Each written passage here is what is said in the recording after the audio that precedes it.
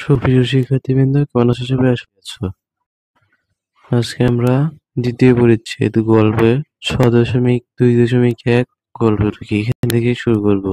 তো চলো ক্লাসটা শুরু করা যাক।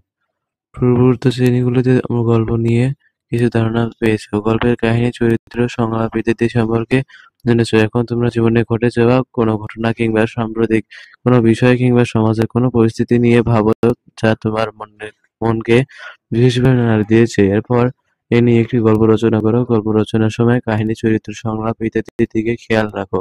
গল্প রচনা হয়ে গেলে শিক্ষক ও সহপাঠীর সামনে উপস্থাপন করো। তোমার লেখা গল্প থেকে নিচের বৈশিষ্ট্যগুলো খুঁজে দেখো।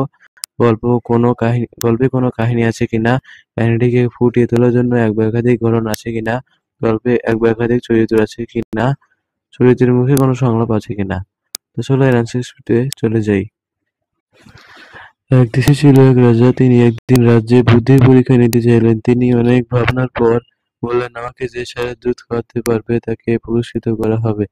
রাজ্যের কেউ এই পরীক্ষায় উত্তীর্ণ হলো না। এই খবর তিনি অন্যান্য রাজ্যে পাঠিয়ে দেন। সবাই ভাবছিল কিভাবে মহারাজকে ষাঁড়ের দুধ খাওয়ানো যায়। এ এ কদিন একদিন হবে এক ব্যক্তি রাজসভায় উপস্থিত হলো এবং বলল, মহারাজ, আমি আপনাকে ষাঁড়ের দুধ খাওয়াতে পারবো, শুধু আমাকে 1 সপ্তাহ সময় ও ষাঁড়ের হবে। ষাঁড়ের দুধের খরচ দিতে হবে। মহারাজ তাকে 7 দিন সময় কিছু টাকা দেয়। 7 দিনের মধ্যে লোকটি একটি গরু ক্রয় করেন। গরুটির একটি নাম দিলেন। 7 দিন পর লোকটি মহারাজকে ষাঁড়ের দুধ খাওয়ানোর জন্য দুধ নিয়ে এলেন। মহারাজ দেখেন একটি গরুর দুধ, কিন্তু লোকটি বলছিল এটি ষাঁড়ের দুধ। তাই মহারাজ ষাঁড়টিকে আনতে বললেন। তিনি দেখলেন এটি একটি গরু, তাই তিনি গম্ভীর গলায় বললেন, তুমি কেন আমাকে গরুর দুধ খাওয়ালে? আমার কথা ছিল ষাঁড়ের দুধ খাওয়া। লোকটি বললেন, মহারাজ, এটা একটা ষাঁড়। আমি এর নাম রেখেছি ষাঁড়, কারণ আপনি তো এটা বলেননি যে এমন এক প্রজাতির দুধ খাওয়াতে হবে যার নাম ষাঁড়। আপনি শুধু বলেছেন ষাঁড়ের দুধ খাওয়াতে হবে, আর এটাই হলো ষাঁড়। নিন, খান। মহারাজ আশ্চর্যিত হলেন এবং তাকে পুরস্কৃত করলেন। এছাড়া তুমি এই ধারণাটাকে কেন্দ্র করে আরো বড় করে লিখতে পারো এই গল্পটি।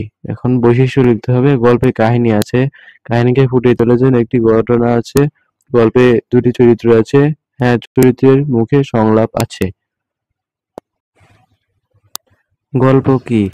গল্প গদ্য ভাষায় রচিত হয়ে বিষয়বস্তু সাধারণত বাস্তব ও বিশ্বাসযোগ্য হয়ে থাকে, তবে অবাস্তব ও কাল্পনিক কাহিনী নিয়েও গল্প রচিত হতে পারে। যদিও গল্পের কাহিনী সাধারণত একটু ব্যতিক্রম হয়, গল্পের আয়তন হয় ছোট, পরস্পর সম্পর্কিত কিছু ঘটনা নিয়ে গল্পের কাহিনী গড়ে ওঠে। কাহিনীতে কিছু চরিত্রের সমাবেশ থাকে। গল্পের ভাষা হয় বর্ণনামূলক, এতে অনেক সময় সংলাপের ব্যবহার হয়। গল্প পড়ি 1। আবু ইসহাক বাংলাদেশের বিশিষ্ট কথাসাহিত্যিক। গ্রাম বাংলার সাধারণ মানুষের জীবন ও সংগ্রাম তার গল্প উপন্যাসের বিষয়। আবু ইসহাকের বইয়ের নাম সূর্যদীঘল বাড়ি, পদ্মার পলিদ্বীপ, মহাপতঙ্গ ইত্যাদি। নিচের গল্পটি নেওয়া হয়েছে লেখকের চোখ নামের গল্পগ্রন্থ থেকে। গল্পটি প্রথমে নীরবে পড়ো, পড়ার সময় বোঝার চেষ্টা করে এরপর সরবে পড়ো। যোগ: আবু ইসহাক। সেদ্ধ মিষ্টি আলুর কয়েক টুকরো পেটে জমিন দেয় ওসমান। ভাতের অভাবের অন্য কিছু দিয়ে হুজুর পূর্তির নাম চাষি মজুরের ভাষায় পেটে জমিন দেওয়া। চাল যখন দুর্মূল্য তখন এছাড়া উপায় কি? ওসমান হুক্কা নিয়ে বসে, মাজু বিবি নিয়ে আসে রয়নার তেলের বোতল, হাতের তলায় ঢেলে সে স্বামীর পিঠে মালিশ করতে শুরু করে। 6 বছরের মেয়ে টুনি জিজ্ঞেস করে, এই তেল মালিশ করলে কি হয় মা? পানিতে কামড়াতে পারে না, উত্তর দেয় মাজু বিবি। পানিতে কামড়ায়, পানির কি দাঁত আসেনি? আসে না আবার। ওসমান হাসে, দাঁত না থাকলে কামড়ায় কেমনে?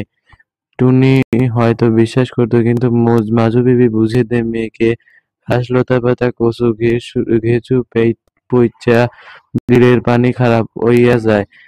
ওই পানি গতরে লাগলে কুট কুট করে ওরেই কয় পানিতে কামড়ায়। ওসমান হুক্কা রেখে হাঁক দেয়, কই গেলি তোতা?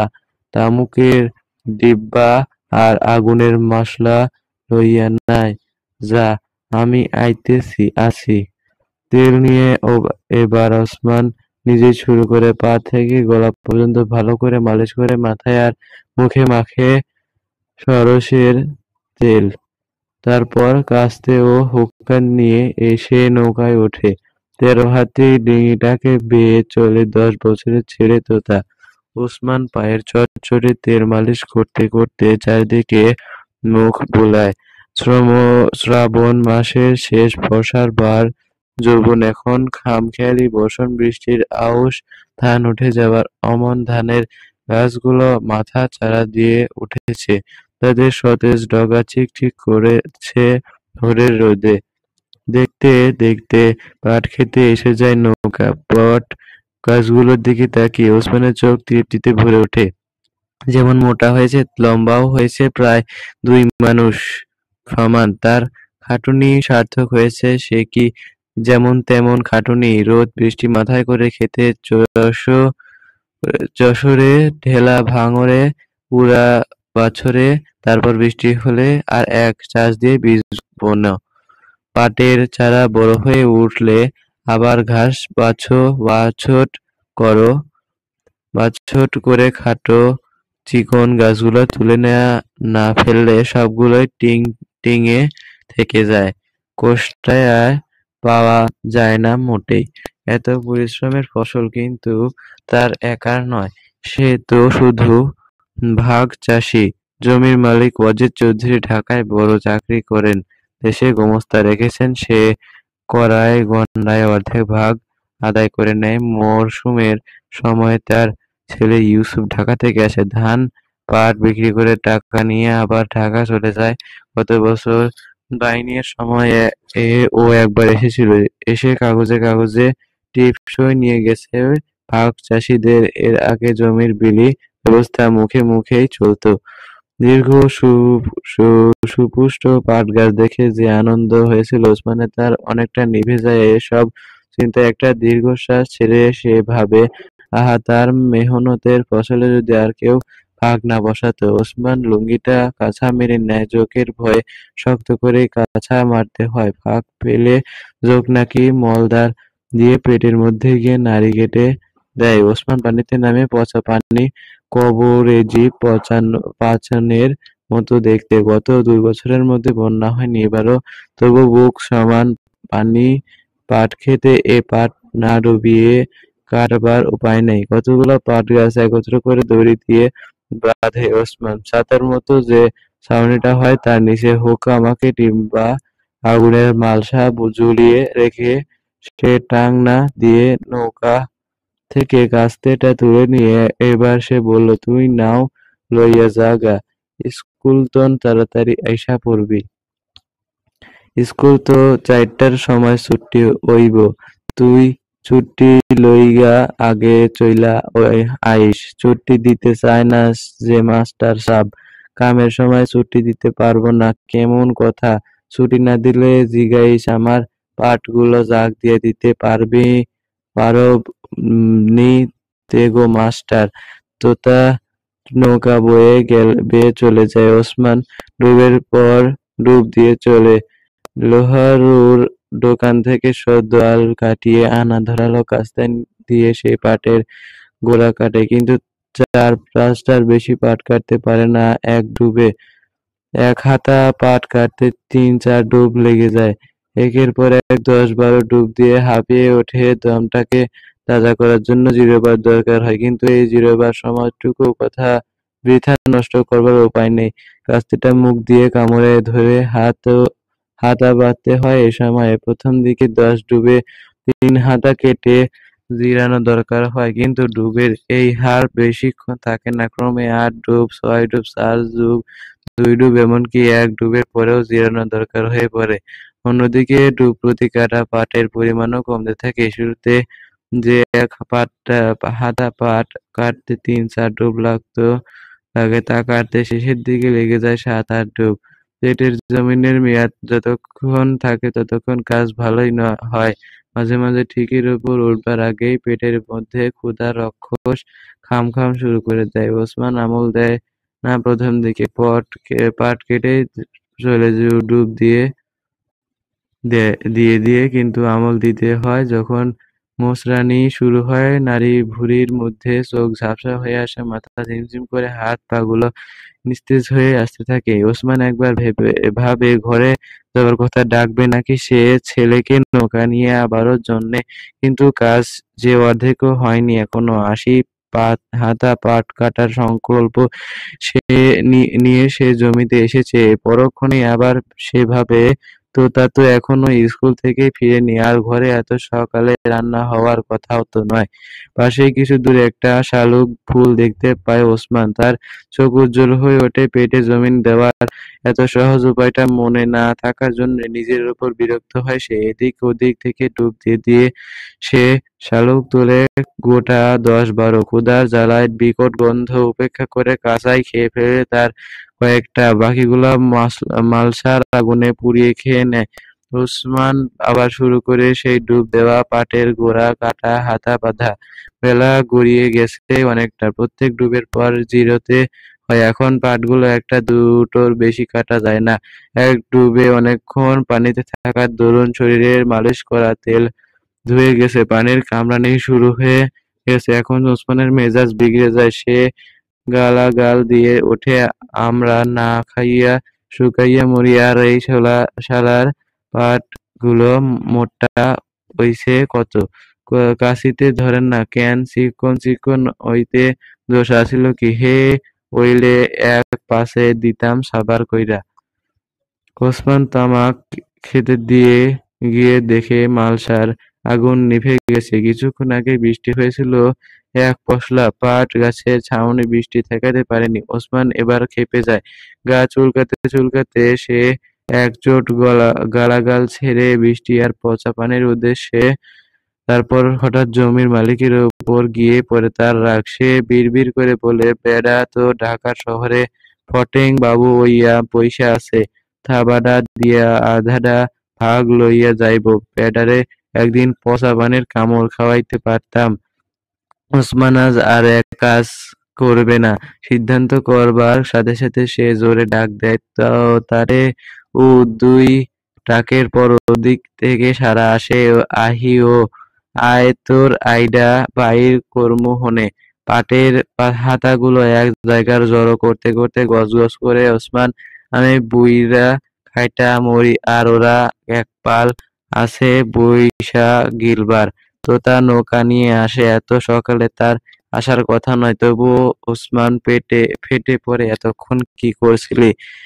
তোরে না কইছিলাম ছুটি লইয়া আগে আইতে, ছুটি না দিলে পালাইয়া আইতে পারস নাই? আগেই আইছিলাম, মা কইছিল আর একটু দেরি করো, ভাত হইলে ফ্যানডা লইয়া যাইস। ফ্যান আনছস? দে দে শিগগির। তোতা মাটির খড়াটা এগিয়ে দেয়। লবণ মেশানো এক খোলা ফেন। ওসমান পানির মধ্যে দাঁড়িয়েই চুমুক দেয়, সবটা, বিশেষ করে অস্ফুট স্বরে বলে, শুকুর আলহামদুলিল্লাহ।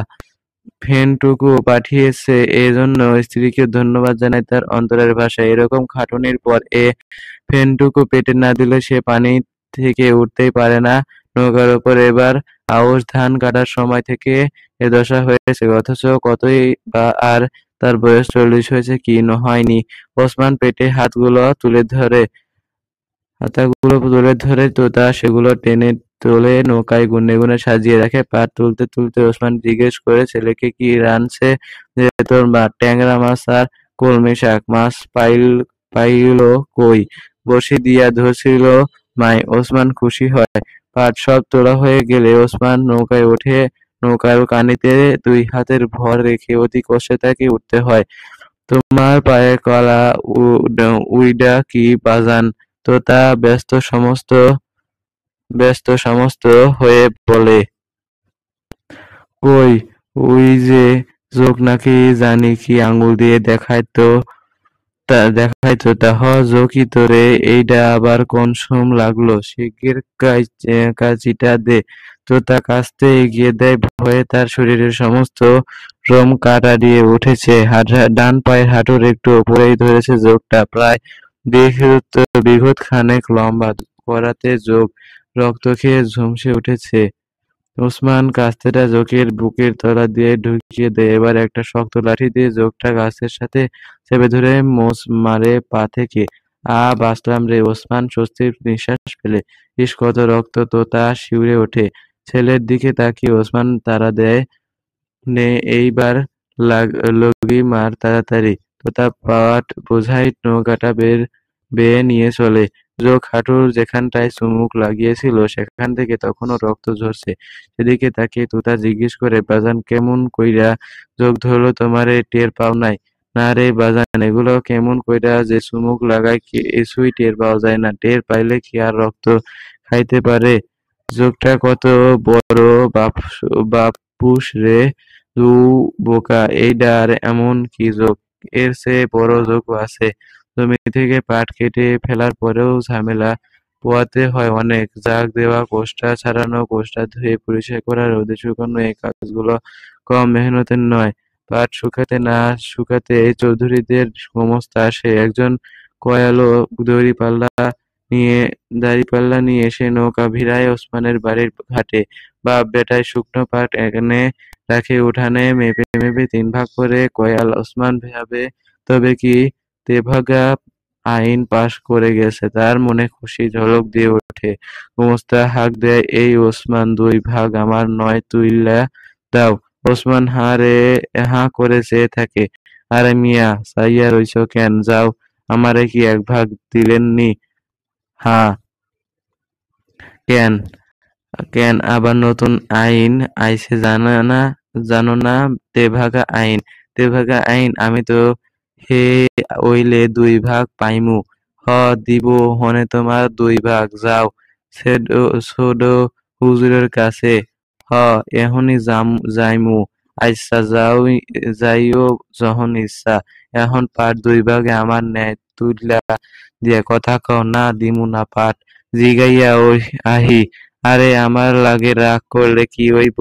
যদি হুজুর ফিরাইয়া দিতে কন তখন না হয় কানে আইটা ফিরত দিয়া যাইবু। ওয়াজেদ চৌধুরীর ছেলে ইউসুফ বৈঠকখানার বারান্দায় বসে সিগারেট ফুঁকছে। ওসমান তার কাছে এগিয়ে যায় ভয়ে ভয়ে। তার পেছনে তোতা। হুজুর, ব্যাপারটা কিছু বুঝতে পারলাম না। ওসমান বলে, কি ব্যাপার? সিগারেটের ধোঁয়া ছাড়তে ছাড়তে বলে ইউসুফ, হুজুর ৩ ভাগ কইরা ১ ভাগ দিছে আমারে। হ্যাঁ, ঠিকই তো দিয়েছে। ওসমান হাঁ করে চেয়ে থাকে। বুঝতে পারলেন না? লাঙ্গল গরু কেনার জন্য টাকা নিয়েছিল যে ৫০০। ওসমান যেন আকাশ থেকে পড়ে। আমি টাকা নিছি? কবে নিলাম হুজুর? হ্যাঁ, এখন তো মনে থাকবেই না। গত বছর কাগজে টিপসই দিয়ে টাকা নিয়েছিল মনে পড়ে। গরুর লাঙ্গল কেনার জন্যে টাকা দিয়েছি, তাই আমরা পাবো ২ ভাগ, তোমরা পাবে ১ ভাগ। তেভাগা আইন পাস হয়ে গেলে আধা আধা সেই আগের মতো পাবে। আমি টাকা নেই নাই, এই রকম জুলুম খোদাও সহ্য করব না। যা যা বেটা, বেরো। বেশি তেড়িবেড়ি করলে ১ কড়া জমি দেব না কোনো বেটারে। ওসমান টলতে টলতে বেরিয়ে যায় ছেলের হাত ধরে। ইউসুফ ক্রূর হাসি হেসে বলে, তেভাগা আইন পাস হওয়ার আগে থেকেই রিহার্সাল দিয়ে রাখছি। সিগারেটে একটা টান দিয়ে আবার সে বলে, আইন আইন করে কি আর আমাদের আটকাতে পারে? আমরা সব সূঁচের ফুটো দিয়ে আসি আর যাই। হোক না আইন, কিন্তু আমরা জানি কেমন করে আইনকে বাইপাস করতে হয়। হু, হু। শেষের কথাগুলো ইউসুফের নিজের নয়, পিতার কথাগুলোই ছেলে বলে পিতার অনুকরণে। গত বছরের কথা। প্রস্তাবিত তেভাগা আইনের খবর কাগজে পড়ে ওয়াজেদ চৌধুরী এমনি করে চিবিয়ে চিবিয়ে বলেছিলেন কথাগুলো। আইনের একটা ধারায় ছিল, জমির মালিক লাঙ্গল গরু সরবরাহ করিলে বা ওই উদ্দেশ্যে টাকা দিলে উৎপন্ন শস্যের অর্ধাংশ পাইবেন। এই সুযোগেরই সদ্ব্যবহার জন্যে তিনি ছেলেকে পাঠিয়ে কাগজে কাগজে টিপসই করিয়ে নিয়েছিলেন ভাগ চাষীদের। ফেরবার পথে তোতা জিজ্ঞেস করে, বাজান কেমন কইরা লেইখা রাখছিল টিপ দেওয়ানে সময় টের পাও নাই? ছেলের প্রশ্নের উত্তর দেয় না ওসমান। একটা দীর্ঘশ্বাসের সাথে তার মুখ থেকে শুধু উচ্চারিত হয়, আহা-রে!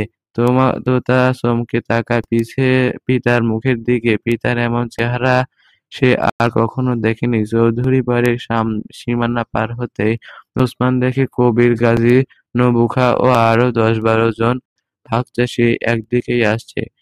করিম গাজী ডাক দেয়, কি মিয়া শেখের পো, যাও কই?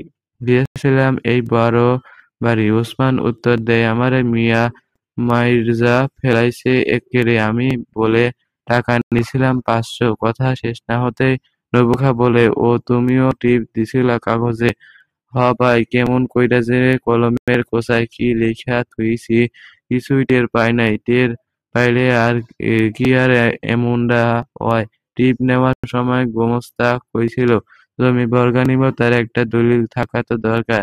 হ বোবা বেবাক, মাইনষেরেই এমবায় ঠকাইছে। করিম গাজী বলে, আরে মিয়া এমন কারবারডা হইল আর তুমি ফিরে চলছো? কি করমু তয়? কি করবা খেকিয়ে ওঠে করিম গাজী, চলো আমাগো লেগে দেখি কি করতে পারি। করিম গাজী তাড়া দেয়, কি মিয়া চাইয়া রইছো কেনারে? এমনেও মারছি অমনেও মারছি, একটা কিছু না কইরা ছাইরা দিমু। ওসমান তো তাকে ঠেলে ঠেলে দিয়ে বলে,